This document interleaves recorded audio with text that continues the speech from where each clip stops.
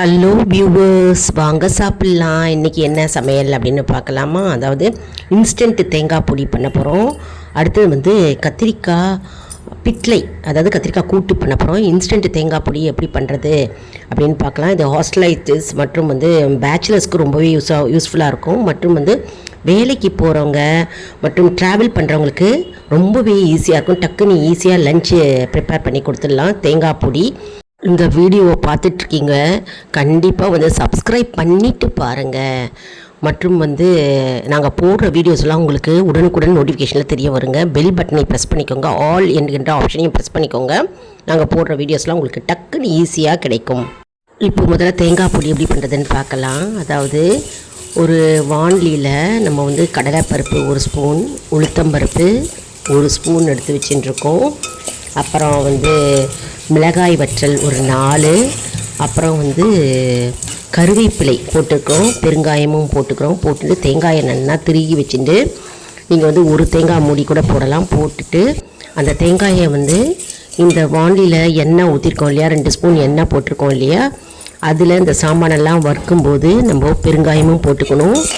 மேலே வந்து தேங்காயும் போட்டு லேசாக பொன்னிறமாக வறுத்துக்கணும். அதாவது வேர்க்கடலை போடலாங்க. வேர்க்கடலை போட்டால் ரொம்ப நல்லாயிருக்கும் தேங்காய் சாதத்துக்கு. இது வந்து நம்ம முன்னாடியே வந்து முதல் நாள் ப்ரிப்பேர் பண்ணிக்கலாம். இப்போ நாளைக்கு ஆஃபீஸு, காலேஜு, ஸ்கூல் அதெல்லாம் இருக்குன்னா முதல் நாளே நம்ம ப்ரிப்பேர் பண்ணிக்கலாம். அப்படிலாம் ட்ராவல் பண்ணுறவங்களா இருந்தால் கூட நாளைக்கு இன்றைக்கே வந்து நம்ம ப்ரிப்பேர் பண்ணி ஒரு பாட்டிலில் போட்டு வச்சோன்னா 15 டேஸ் வரைக்கும் கெடாமல் இருக்கும். நம்மளுடைய அருமையான தேங்காய் பொடி ரெடி ஆகிடுது பாருங்கள். லேசாக பரட்டிக்க வேண்டியதான். அப்புறம் நம்ம சாதம் வெடித்த பிறகு அந்த சாதத்தில் இதை போட்டுட்டு நல்லா கலந்து உப்பு போட்டுக்க வேண்டியதான். தேங்காய் பொடி சாதம் ரெடி ஆகிடுது. அடுத்தது கத்திரிக்காய் பிட்லை, கத்திரிக்காய் கூட்டுன்னு சொல்லுவோங்க. இது வந்து மாயவரம் சைடு மற்றும் வந்து தஞ்சாவூர் சைடெலாம் பிட்லை அப்படின்னு சொல்லுவோம். திருச்சிக்காரங்க, கரூர்காரங்கெல்லாம் வந்து கூட்டு, கத்திரிக்காய் கூட்டு அப்படின்னு சொல்லுவாங்க. இதுக்கு வந்து கத்திரிக்காயை ஸ்கொயராக கட் பண்ணி வச்சுட்டு மற்றும் நம்ம வறுத்துக்க வேண்டியது வந்து உளுத்தம்பருப்பு 2 ஸ்பூன், கடலைப்பருப்பு 2 ஸ்பூன், அப்புறம் கருவேப்பிலை சிறிதளவு எடுத்து வச்சுக்கணும். அப்புறம் தனியா வந்து 3 ஸ்பூன் போட்டுக்கலாம். தனியா, மிளகு 1.25 ஸ்பூன் போட்டுருக்கேன். காரம் வந்து கொஞ்சம் அதிகமாக நாங்கள் சாப்பிடுவோம், அதனால் நீங்கள் குறைவாகவும் போட்டுக்கலாம். சீரகம் வந்து 1.5 ஸ்பூன் எடுத்து வச்சுட்டுருக்கேன். இப்போ வந்து இதெல்லாம் வந்து நம்ம பொன்னிறமாக வறுத்துக்க போகிறோம் வாண்டியில். தேங்காய் வந்து நான் 2 ஸ்பூன் எடுத்து வச்சுட்டுருக்கேன். அது போதுமான அளவு.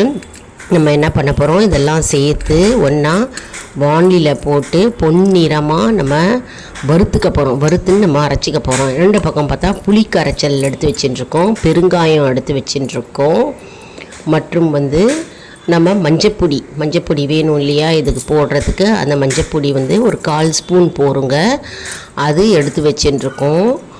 இப்போ வந்து கத்திரிக்காயை நல்லா தண்ணியில் போட்டு நறுக்கி வைக்கணுங்க, ஏன்னா கருத்து போகாமல் இருக்கும். தண்ணியில் போடணும் எப்பவுமே, நறுக்கி போட்டுட்டு. கூடவே வந்து மிளகாய் வந்து ஒரு 3 போட்டுருக்கேன் நான். நீங்கள் வந்து குறைவாக கூட போட்டுக்கலாம், இல்லை அதிகமாக கூட போட்டுக்கலாம்.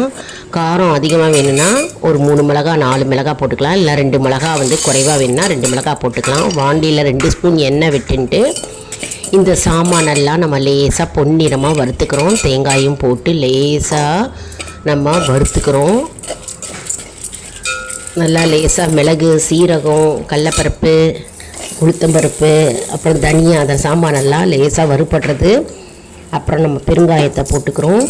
கச்சட்டியில் நான் பண்ணியிருக்கேங்க. நீங்கள் வாணலியில் பண்ணலாம், கற்சட்டியில் பண்ணலாம், இல்லை நான்ஸ்டிக் பேனில் கூட பண்ணலாங்க.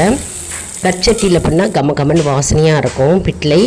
கூடவே வெந்தயம் போட்டுக்கணும். வெந்தயம் சொல்கிறதுக்கு மறந்துட்டேன். லேசாக கொஞ்சமாக வந்து 1/4 ஸ்பூன் வெந்தயம் போட்டு வறுத்துக்கணும். நல்லா இந்த சாமானெல்லாம் ஃப்ரை பண்ணிக்கிறோம். பொன்னிறமாக, அதாவது கோல்டன் ப்ரௌனாக வரணுங்க. ரொம்ப டார்க் ஷேடில் இருக்கக்கூடாது. இதை பாருங்கள், கோல்டன் ப்ரௌன் கலரில் வந்துடுது. அவ்வளோ போய் வாசனை தூக்கிறது, வறுக்கும்போதே வாசனையாக இருக்குங்க. அப்புறம் நம்ம இதெல்லாம் வந்து எடுத்து ஒரு மிக்ஸி ஜாரில் போட்டுக்கிறோம். மிக்ஸி ஜாரில் என்ன பண்ணணும் அப்படின்னா, எப்படி அரைக்கணும் அப்படின்னா கோர்ஸாக அரைக்கணுங்க. கோர்ஸானா பல்ஸ் மோடில் 1-2மா அரைக்கணும். ரொம்ப நைஸாக அரைக்காமல், ரொம்ப வந்து பாதியமாக அரைக்காமல் கோர்ஸாக அரைக்கணும். இப்போ பாருங்கள், நம்ம இதெல்லாம் கோர்ஸாக அரைக்கலாம். அதாவது கோர்ஸுனால் குறப்பாக அரைக்கணும். அரைச்சின்ட்டு நம்ம வந்து 2 ஸ்பூனை தனியாக எடுத்து வச்சுக்க போகிறோம். குறப்பாக அரைச்சதை 2 ஸ்பூன் தனியாக எடுத்து வச்சுட்டு மிச்சம் உள்ள அரைச்சதை வந்து நம்ம தண்ணி ஊற்றி நல்லா இன்னொரு சொத்து மிக்சியில் அரைச்சிட்டு நம்ம வந்து இந்த கொதிக்கிற கூட்டில் நம்ம கொட்ட போகிறோம். இப்போது நம்ம இந்த கச்சித்தியில் தண்ணி ஊற்றிக்கிறோம். தண்ணி ஒரு 2 டம்ளர் தண்ணி ஊற்றிக்கலாம். ஊற்றிட்டு கத்திரிக்காய் இருக்குது பார்த்திங்களா, ஸ்கொயராக நடுக்கி வச்சுருக்கோம் பார்த்திங்களா, கத்திரிக்காயை போடுறோம். எல்லா கத்திரிக்காயும் அதில் போடுறோம், ஏன்னா வேகணும். அதனால் கத்திரிக்காயை போட்டு நம்ம கொதிக்க விட போகிறோம். அதில் வந்து பெருங்காயத்தை போட்டுக்கிறோம் நம்ம. அதுக்கப்புறம் மஞ்சப்பொடி 1/4 ஸ்பூன் போட்டுக்கிறோம் இதில். அதுக்கப்புறம் கருவேப்பிலை வந்து பிச்சு போட்டுக்கலாம். கருவேப்பிலை, கொத்தமல்லி இருந்தால் கொத்தமல்லியும் போட்டுக்கலாம், நல்லா வாசனையாக இருக்கும். வேர்க்கடலையும் அதில் போட்டுக்கிறோம். அப்புறம் கல் உப்பு போட்டுக்கணும். உப்பு, வேர்க்கடலை உங்களுக்கு வேணும்னா வேர்க்கடலை போடலாம். வேர்க்கடலை போட்டால் ரொம்ப ருசியாக நல்லா இருக்குங்க. ப்ரோட்டீன் கூட வேர்க்கடலை எல்லாம் சேர்த்துண்டா உடம்புக்கு நல்லது, ஹெல்த்தி கூட. அதனால் வேர்க்கடலையை போட்டுக்கிறோம். போட்டு நல்லா லேசாக நம்ம அடியிலேருந்து மேல் வரைக்கும் கிளறி கொடுத்துக்கிறோம். நல்லா தண்ணியிலையே வேகணும் அது, ஏன்னா கத்திரிக்காய் வந்து புளி போட்டுட்டா வேகாது. அதனால் கத்திரிக்காய் தண்ணியில் வந்து ஈஸியாக வேகும்.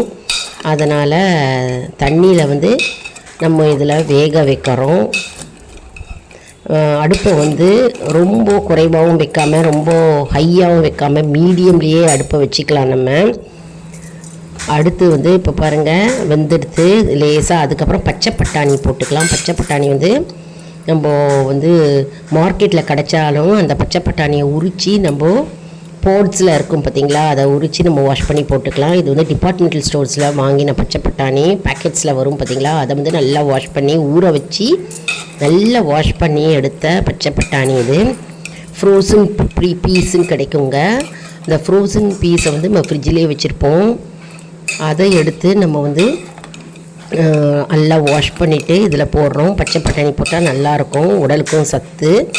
அதனால் பச்சை பட்டாணி போட்டிருக்கேன். இது ஆப்ஷனல் தான், வேணும்னா நீங்கள் பச்சை பட்டாணி சேர்த்துக்கலாம், அப்படி இல்லைன்னா விட்டுடலாம். வேர்க்கடலையும் அதே மாதிரி வேணும்னா சேர்த்துக்கலாம், அப்படி இல்லைன்னா விட்டுக்கலாம். இப்போது மூடி போட்டு மூடி வைக்கிறோம், நல்லா வேகட்டும். இப்போ கோர்ஸாக அரைச்சின்னு வந்துட்டோம் பார்த்திங்களா. இதில் நம்ம வந்து 2 ஸ்பூன் வந்து தனியாக எடுத்து வச்சுக்கிறோம். இப்போ பாருங்கள், 1 ஸ்பூன் எடுத்து இப்போ அடுத்தது இன்னொரு ஸ்பூன் 2 ஸ்பூன் தனியாக எடுத்து வச்சுக்கிறோம். இறக்கும்போது லாஸ்ட்டாக கடைசியில் நம்ம இது போட்டுட்டு கலர போகிறோம். கம்முன்னு இருக்கும் வாசனையாக. இப்போது மிச்சம் உள்ளதை வந்து நல்லா தண்ணி ஊற்றி இன்னொரு முறை அரைச்சிக்கிறோம். இப்போ புளி தண்ணியை கொட்டிக்கிறோம், புளி கரைச்சலை நல்லா. அடுத்தது நம்ம அரைச்சி விட்ட விழுது இருக்குது இல்லையா, அதை போட்டு நம்ம கலரிக்கிறோம். அடியிலேருந்து மேல் வரைக்கும் நல்லா கலந்து கொடுத்துக்கணும். எல்லாமே வேகணும் இல்லையா, எல்லா ஐட்டமும் இதில் வேகணும். அதனால் நம்ம வந்து மூடி போட்டு கலரி கொடுத்துருவோம். கடைசியில் வந்து 2 ஸ்பூன் எடுத்து வச்சுருக்கோம் இல்லையா, அந்த பொடியை இப்போ போட்டுக்கிறோம். வெந்த பிறகு அந்த 2 ஸ்பூன் பொடியை லாஸ்ட்டாக போட்டால் நல்ல வாசனை இருக்குங்க. கமகமன்னு அந்த வாசனை வந்து ரீகெயின் ஆகும், அப்படியே கடைசி வரைக்கும் இருக்கும். அதில் சாப்பிடும்போதும் இருக்கும், மணக்கும் நல்லா. உப்பு காரமாக நல்லா கமகமன்னு நம்மளுடைய பிட்லை, கத்திரிக்காய் பிட்லை ரெடியாக எடுத்து, இல்லை கத்திரிக்காய் கூட்டு அப்படின்னு சொல்லலாம், அது ரெடியாக எடுத்து பாருங்க. இப்போ வந்து கடைசியில் பருப்பு வேக வச்ச குக்கரில் வேக வச்சு மெசிச்ச வந்து பருப்பு, துவரம் பருப்பை வந்து போட்டுக்கிறோம். துவரம் பருப்பு வந்து நம்ம 1 கப்பு போட்டுக்கலாம், நல்லாயிருக்கும். ரொம்ப அதிகமாகவும் போட வேணாம், ரொம்ப குறைவாகவும் போட வேணாம். ஒரு மீடியம் சின்ன சைஸ் கப்பு வந்து அது போட்டுக்கலாம். துவரம் பருப்பு போட்டு நல்லா கொதிக்க விடுறோம். அப்புறம் வந்து என்ன பண்ணுறோன்னா, இப்போ பாருங்கள், அதான் மேலே பொடி போட்டுக்கிறோம். கடைசியில் இருந்த அந்த மிச்ச பொடியை போட்டு கடைசியில் கொட்டுறோம்.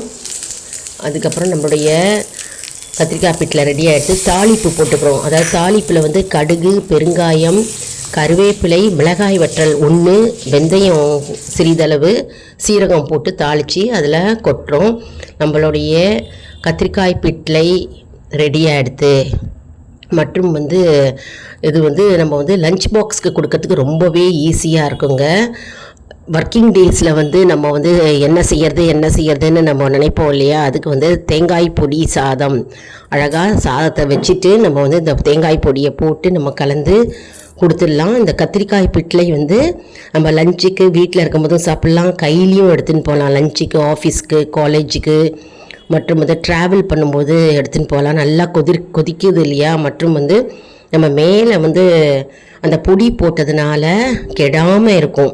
அந்த கத்திரிக்காய் பிட்டில் வந்து இந்த நாள் ஃபுல்லாக கெடாமல் இருக்கும். வாசனையும் ரொம்ப அருமையாக இருக்குங்க. உப்பு காரமாக இருக்கும், சூப்பராக இருக்கும். நீங்கள் காரம் மட்டும் வந்து கூட்டி குறைச்சிக்கோங்க. எப்போவுமே வந்து நான் சொன்ன அளவு வந்து என்னுடைய ஃபேமிலிக்கு, அதாவது 4 மெம்பர்ஸ் இருக்கிற ஃபேமிலிக்கு போட்டிருக்கேன். நீங்கள் வந்து 2 மெம்பர்ஸ்னால் அதுக்கேற்ற மாதிரி, ஒரு 6 மெம்பர்ஸ் இருந்தீங்கன்னா அதுக்கேற்ற மாதிரி காரம், உப்பு காரம் வந்து கூட்டி குறைச்சிக்கலாம்.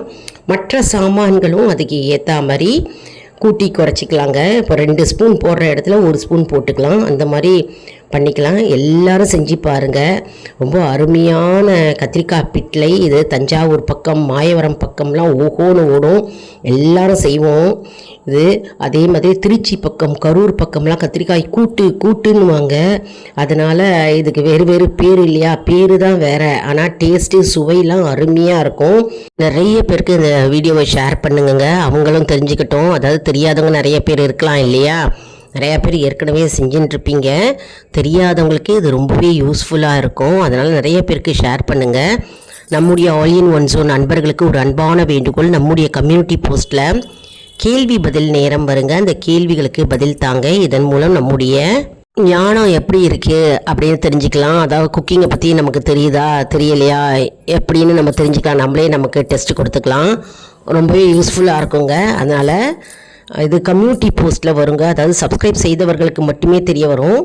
அதனால் நம்முடைய சேனலை மறக்காமல் சப்ஸ்கிரைப் செய்து கொள்ளுங்கள். அடுத்த வீடியோவில் வேறு ஒரு தலைப்புடன் உங்களை வந்து சந்திக்கிறேன். நன்றி, வணக்கம்.